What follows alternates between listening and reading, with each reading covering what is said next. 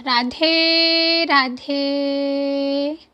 आइए आज हम लोग थोड़ा सा रक्षाबंधन के बारे में जानने की कोशिश करेंगे।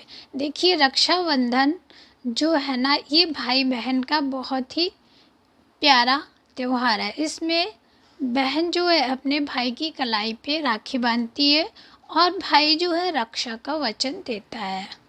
देखिए, भाई शब्द ही ये अपने में बहुत महत्व रखता है। हम अगर कहीं भी किसी से रास्ते चलते भी भाई बोल देते हैं ना, तो वहाँ पे हम जो है ना अपने आप सुरक्षित महसूस करने लगते हैं। ये हम लेडीज़ों की वैसे भी आदत होती है कि रास्ता चलते या कहीं पे भी कोई मिल गया, अक्सर हम लोग भाई बोल देते हैं। यानी कि हमें एकदम वहाँ पे अगर असुरक्षा महसूस होती है तो हमें वहाँ पे सुरक्षा महसूस होने लगती है। ये भाई शब्द से ही इतना जो है वहाँ पे गहरा प्रभाव पड़ जाता और उस शब्द से अपनेपन का एहसास होने लगता है।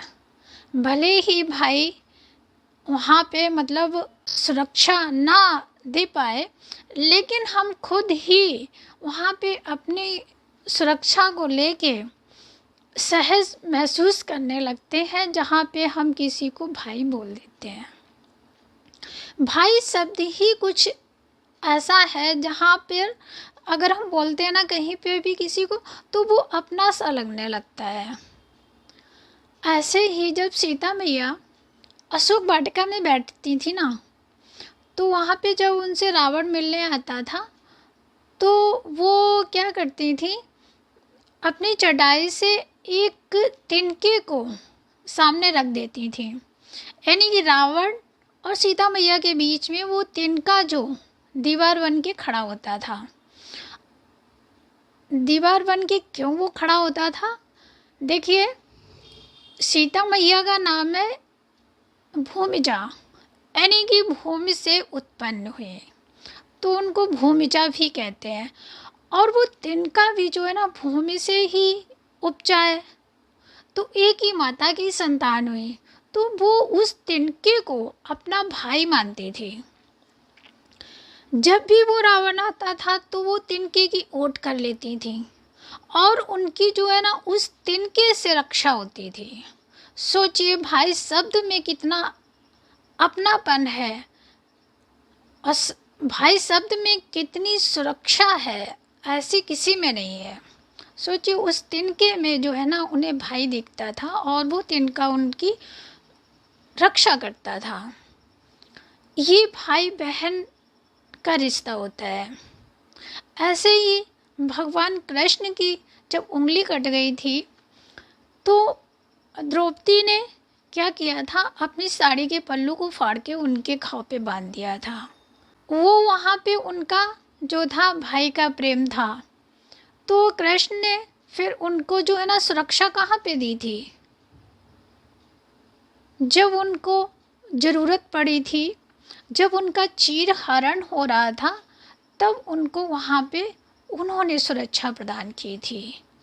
ये भाई बहन का जो है भाव होता है।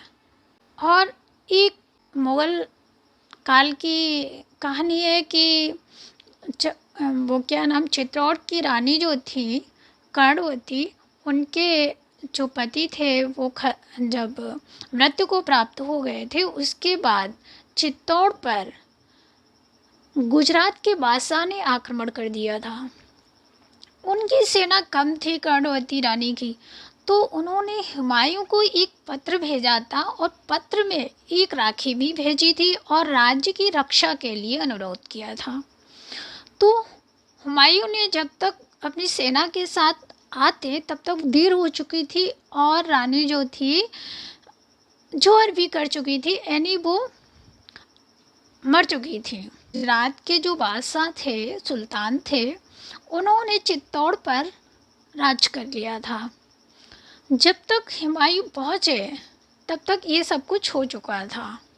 ये सुनते ही कि रानी ने जौहर कर लिया और चित्तौड़ पर गुजरात का शासन हो गया,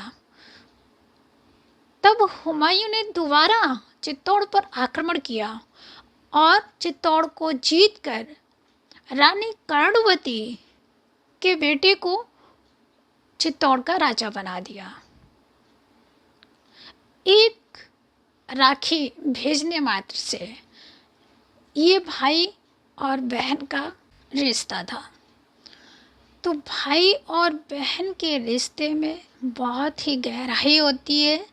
ये रिश्ता बहुत ही पवित्र होता है, चाहे वो भावनाओं से जुड़ा हो या वो खून का हो। भाई भाई ही होता है। ये रिश्ता ही कुछ अपने में बहुत ही अनमोल रिश्ता होता है।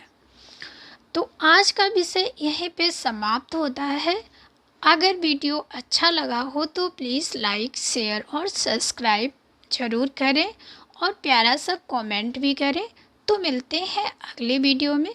तब तक के लिए राधे राधे।